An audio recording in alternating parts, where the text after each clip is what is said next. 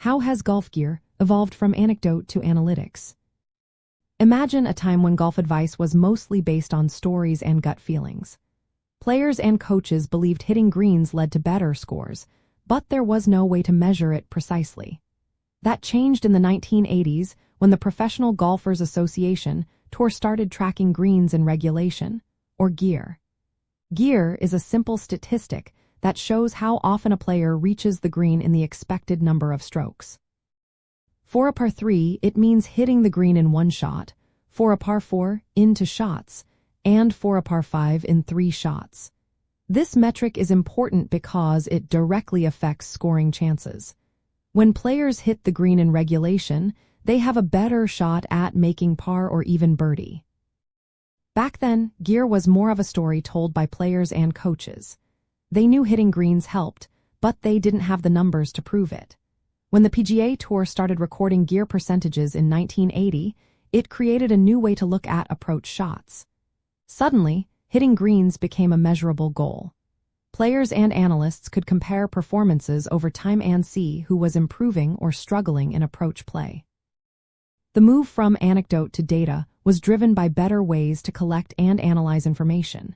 The official tracking of GIR gave a reliable data set. For example, top players like Tiger Woods could hit greens in regulation over 75% of the time, showing how precise they could be. Data analysis also proved that GIR was closely linked to scoring averages. If a player hit more greens, their scores tended to be lower. This helped players understand that improving approach shots could lead to better results. Technological advances also played a role. Modern clubs, balls, and course conditions have made hitting greens easier and more consistent. Today, players hit a higher percentage of greens than players from decades ago. Coaches and players now use GIR data to plan practice routines and course strategies. They analyze which types of approach shots or course conditions affect their ability to reach greens. This helps them focus on specific skills to improve. GIR is now part of a bigger picture. It works alongside other key performance indicators like driving accuracy and putting. When combined, these stats give a clear view of a player's strengths and weaknesses.